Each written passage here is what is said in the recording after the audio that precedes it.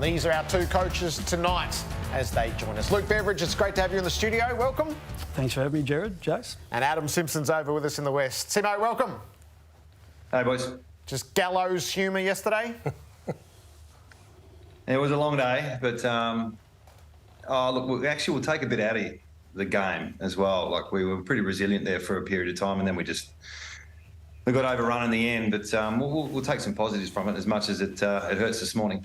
When you got to 2 points down, did you allow your mind to just run a fraction? Could this even be possible? No, we were all in. Yeah. Even at half time, I think we were 3 or 4 players down at half time, and there was a sense of positivity. And our best quarter was our third quarter. So yeah, there's a lot to like about some of the things we're doing, but in the end, we got overwhelmed in the last 15 minutes, and Fremantle a good side, and they put the foot down and made us pay in the end. But there was a period there where, there was a strong chance. Hey, Simo, take us into the mindset of you as a coach when you've got nothing on the bench. I mean, must be a feeling of helplessness. But take us inside your mind knowing, well, all I can do is send a runner out and maybe do a couple of things out there. What goes through your head at that time? Well, it probably happened in the second quarter. So half-time, we did a couple of things how do we conserve, as well as, we're 20-odd points behind. So we went down the track of let's just play to win. And we did a couple of things positionally that we had no choice. And, the players stood up. So I went down the bench, which I didn't in the first half, and it was more to provide a little bit of support and direction to some of the younger players. But it wasn't really required in the end. They were very, very much dialed in on winning, and it didn't really get into the headspace that they couldn't rotate until I reckon halfway through the last. There was about 5 players looking to the bench to say, "Listen, how about you just give me a chop out? We play 17 for a while." And it was like, "No, you're going well." I was doing the old double thumbs up. It's all good.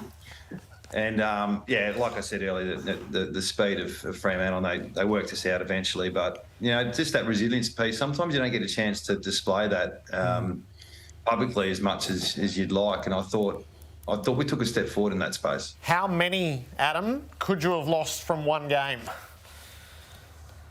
Well, it might be 7. Oh. So we had probably 2 or 3 guys who shouldn't have been playing, not to the point where they'd get further damage to the injury, but we just had to leave them out there and try and hide them as best we could. But you wouldn't have noticed the effort that they put in. I mean, Liam Ryan was the main one who we still don't quite know what the degree of damage Liam's done. It looked like he did 3 things at once. It was a very dangerous fall, but it's around his back, hamstring area maybe. So he came back on for us, which was very brave. But there was another 2 guys, which I'm still waiting on results, so I won't declare them. But 2 guys who will miss, between 4 and 8 weeks. Right. And they still played. Right. Also, we're a watching brief there. How bad's the Jamie Cripps injury? What are you being told today? He's broken his ankle, so he'll get surgery tomorrow, and it's a 4-month recovery piece. So he'll be out for most, if not all, the year, which is really unfortunate for him. He had a cracking pre-season, and he's a very important player for us. So disappointing for him and McGovern. There's some scans awaiting, but that looks like it's going to be a reasonably long-term situation. Luke Shuey's a short-term, we're hoping. Witherden's a concussion. And there's a couple others there. Okay, so the Shuey one. So with his history of soft tissue, I take it there are no minor hamstrings, even though it might be a couple of weeks. And he just played such a good opening term. What's his scenario where, the body's sort of been his enemy a little bit for a while? It has, and no one works harder than Luke. So, if this is to be his last year, we'll miss him. But it is a minor one, believe it or not, and that's the killer for us, because everything he does with his hamstrings, they're 1 or 2 week injuries. They're very, very, they're barely soft tissue, but they're there, and so he's hoping it's a short turnaround, and we'll just keep backing him in keep trying. There's nothing more we can try. We've tried everything in the last 2 years, so we get what we get, and he knows that. So your conversation picked up after round one, after a defeat by North Melbourne, probably where it had been for a while. Well, that was you. I'm not sure whether it was me, but do you feel secure and supported in what you're trying to do? My situation is a little bit more unique in the fact that this is my 10th year, and we identified as a club 2 years ago that we're going to transition our list and rebuild, transition, whatever you want to call it. And the question was asked then, am I the right man to take us through the next phase? So that involves a different field than my first 8 or 9 years. So that means now we look at our style of play, because you'd be foolish to think we just keep rolling out the same direction that we've been using. So I've had to work with some new coaches on where we see the game going, whilst we turn the list over and exit some of our legacy players. And there'll be a time where it's not me anymore, and that's fine. But my brief at the moment is to build the next premiership list and to expose them to where the game is at the moment and where the game's going. And to do that after being here for 8 or 9 years, it's a different feel than getting in a brand new coach and starting from the bottom.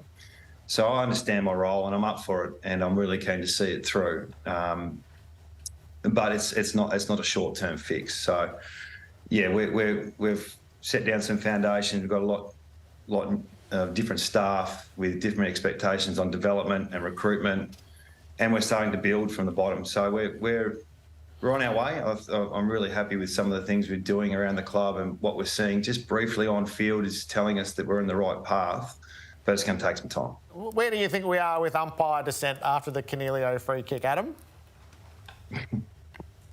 I did see that, and I wrote it on the board before we played, but I forgot to talk about it. And I think we might have given one away at one stage. There was a 50-metre last quarter, and I don't know. You just want consistency. So if they're going to call it, they call it. We can adapt. If they pull it out of the blue after you've seen it 20 times, that's the frustrating bit for coaches and players. As long as it's consistent and it's not a new rule of the week, I thought we'd gone past that.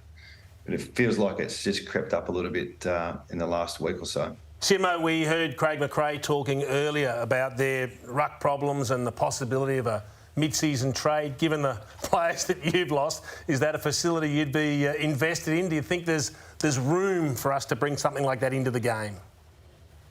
Yeah, James, I find it hard to recommend things for the future. I tried doing that it was after we won the premiership, and I thought I was Vince Lombardi there for a little while.